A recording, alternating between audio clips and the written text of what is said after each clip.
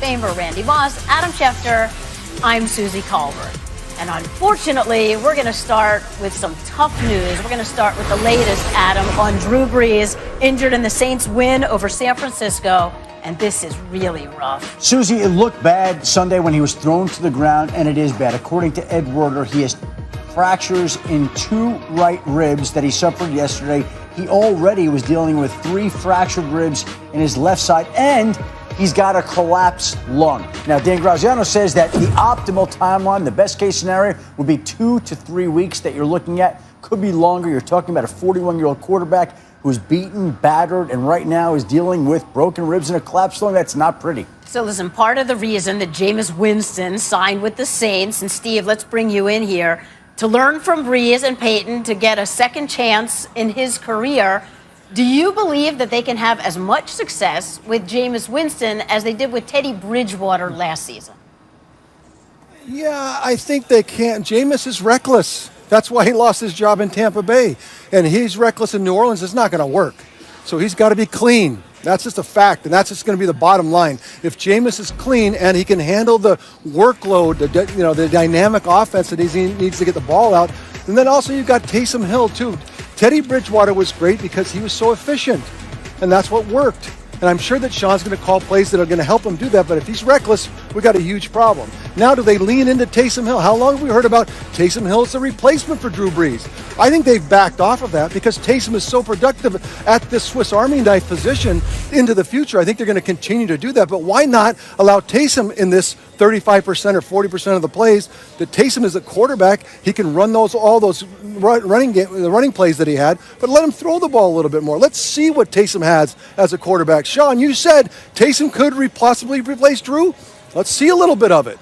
Right, but Peyton has maintained anytime we've met with him this season that Taysom Hill does serve so many purposes. It's like losing 3 players if suddenly he's the starting quarterback. So they want to sort of maintain their system. Yeah, they talk about Taysom Hill as the future, but maybe that's for the future, right?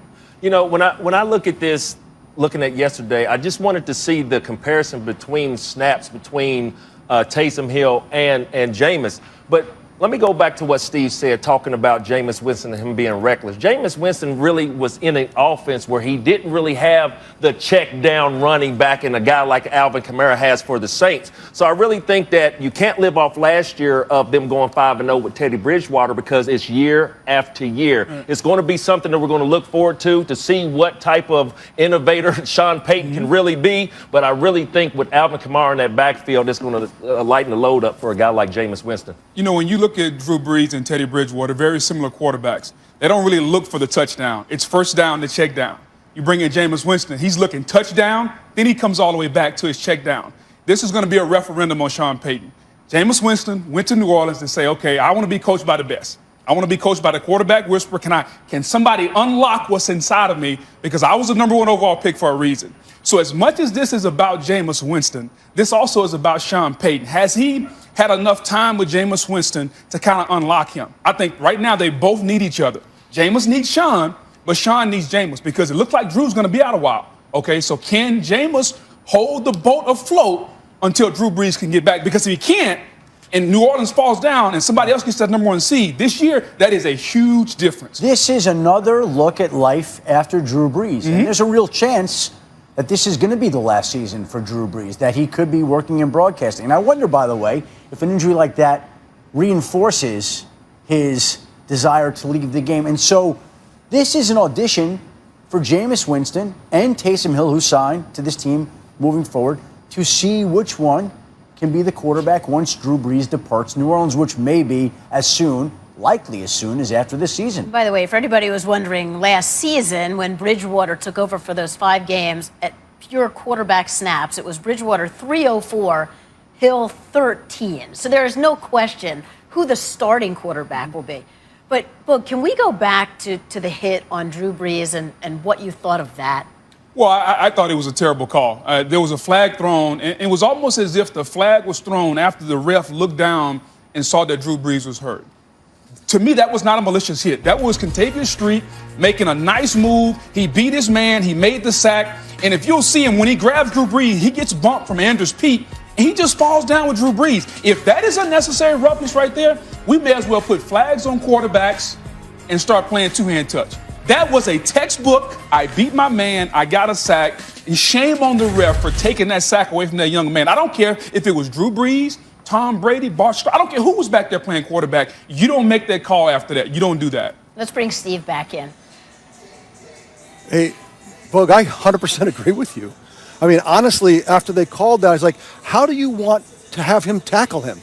It's not football. You can't hit him low, so you go higher on the shoulders. Now you're going to take a guy down. Think about it, just from a physics perspective. You can't take him down. Now, did he land on top of him? No, he didn't. He rolled off the side. When it happened, I'm like, oh my gosh, how could you call that? How could you come together and figure that that was a penalty? And to me, I understand that he got hurt, but I don't know how a defensive lineman can play in the NFL anymore. It's literally you rub by the hand on the helmet and it's a foul.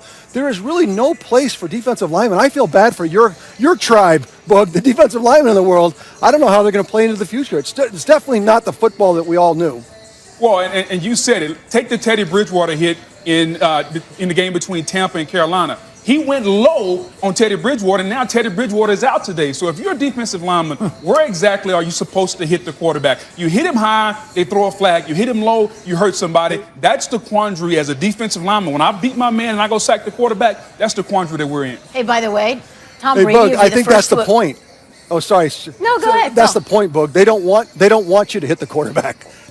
Don't you get it, Booger? No hitting the quarterback. Sure. I hear you. Right, and what I was going to say was Tom Brady would be the first to agree with you. When we talked to those guys, yes, he exactly. said they've taken the physicality out of the game, which he doesn't agree with. So Booger brought up Teddy Bridgewater. Let's get to some other news and just how is he doing? Well, there was no structural damage in his knee, according to Chris Mortensen. He was in the building today, and Matt Rule, the Panthers coach, said he's hopeful that Teddy Bridgewater will be able to practice on Wednesday and play next Sunday against the Detroit Lions. The MRI, again, did not show anything significant, which was the concern that it could be, but he has a chance still, it sounds like, to be able to play on Sunday. On the other hand, Christian McCaffrey is not expected to play. It's unlikely he'll be out there. That shoulder injury will prevent him, it sounds like, from playing. Matt Rule says it's still week to week.